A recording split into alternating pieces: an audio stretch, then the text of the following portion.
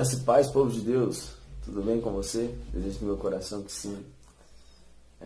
Hoje eu quero falar um pouco sobre profecias e profetas, amém? Então, se você ainda não é inscrito no canal, se inscreve aí, deixa seu like, compartilha e ajuda essa obra a crescer em nome de Jesus, amém, irmãos? Vamos para a vinheta e logo mais daremos sequência a este assunto.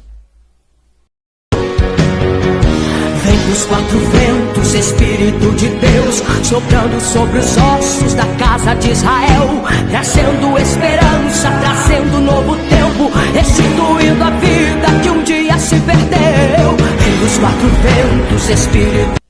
Voltamos, irmãos, e hoje nós vamos falar um pouco sobre profecias e profetas. Ainda mais como nesses dias de hoje, né, irmãos, devido a essa pandemia aí, muitas pessoas têm ido às redes sociais e dizendo: cadê os profetas? Cadê os homens e mulheres de Deus que diziam que curava, que operava milagres, né? Então, vamos falar um pouco sobre este assunto também. Livro de Deuteronômio, capítulo 18, versículo 20 até o 22, vai dizer assim, ó: mas o profeta que ousar falar uma palavra em meu nome, que eu não tenha lhe ordenado que fale, ou que falar em nome de outros deuses, esse profeta morrerá.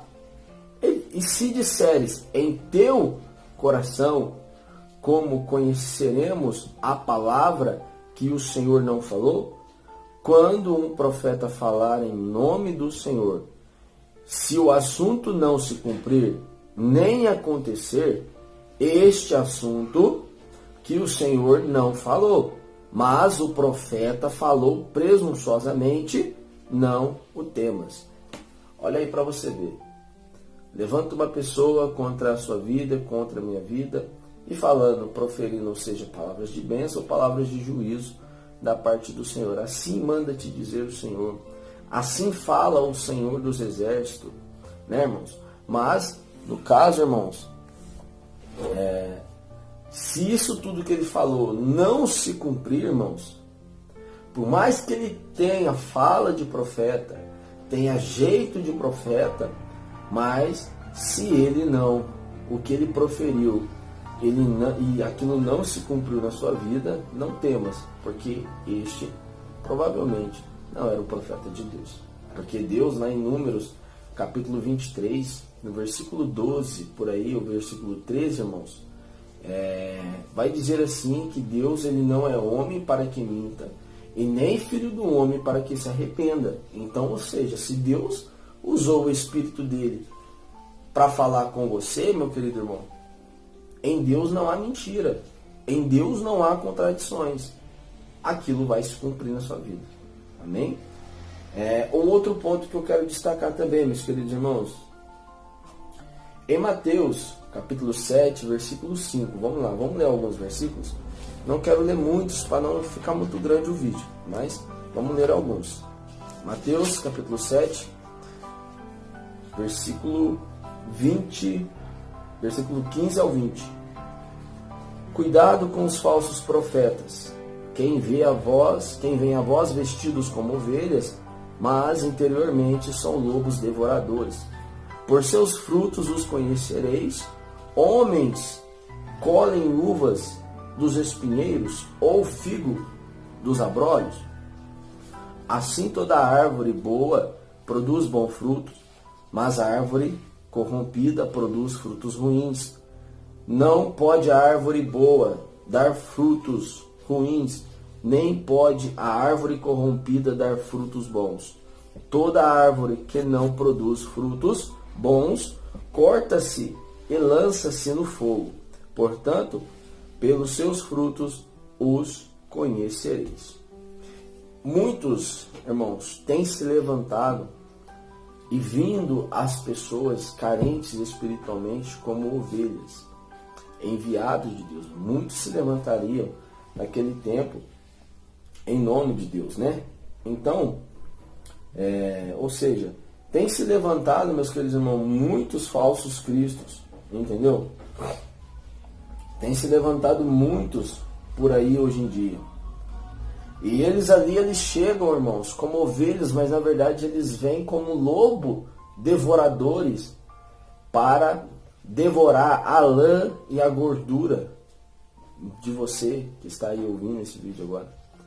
Então tome muito cuidado, irmãos. Se você se encontra em um lugar que você vê que tem algumas coisas erradas, não tem o principal, irmãos, o principal. Se não tem uma boa solidificação da palavra como base da igreja a qual você congrega, irmãos, comece a tomar bastante cuidado.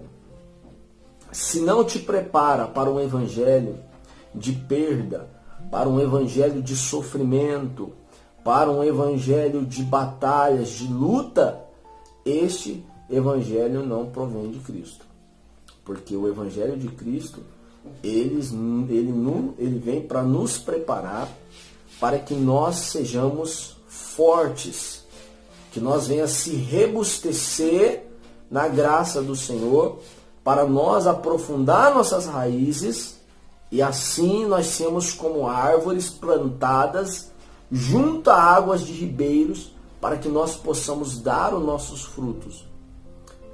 É interessante isso. Se eu não me engano, livro de Salmos, no Salmo 92, versículo 12.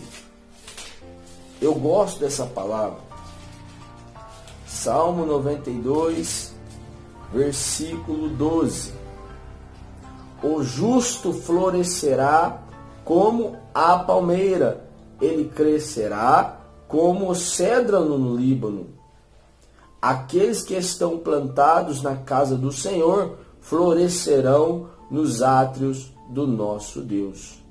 Eles gerarão frutos na velhice, serão gordos e prósperos para mostrarem que o Senhor é justo. Ele é a minha rocha e não há injustiça nele.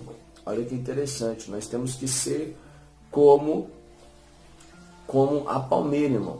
A palmeira, quanto mais o vento dobra ela, mais ela se fortifica, as raízes, mais forte ela volta depois. Amém?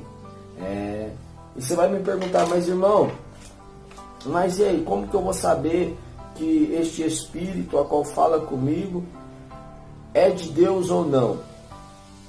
Olha que interessante.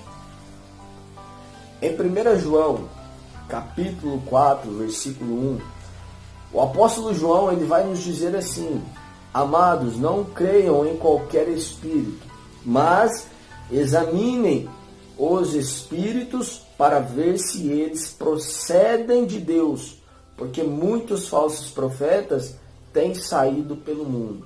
Nós temos que examinar, irmão. Ah, mas como que eu vou examinar?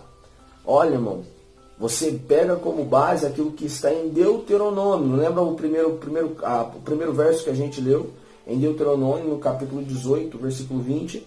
Então, você pega como base. Se tudo aquilo que ele falar não se cumprir na sua vida, este não é um profeta de Deus. Amém? Porque é interessante, irmãos, a gente ter como base isso. Agora eu quero mostrar o outro também, irmãos, que se diz em 1 Timóteo capítulo 6, versículo 3 ao 5. Aqui vai falar daqueles que tentam te desanimar através do ensinamento da sã doutrina, da palavra do verdadeiro evangelho. Aqui você vai ver em 1 Timóteo capítulo 6, versículo 3 ao 5.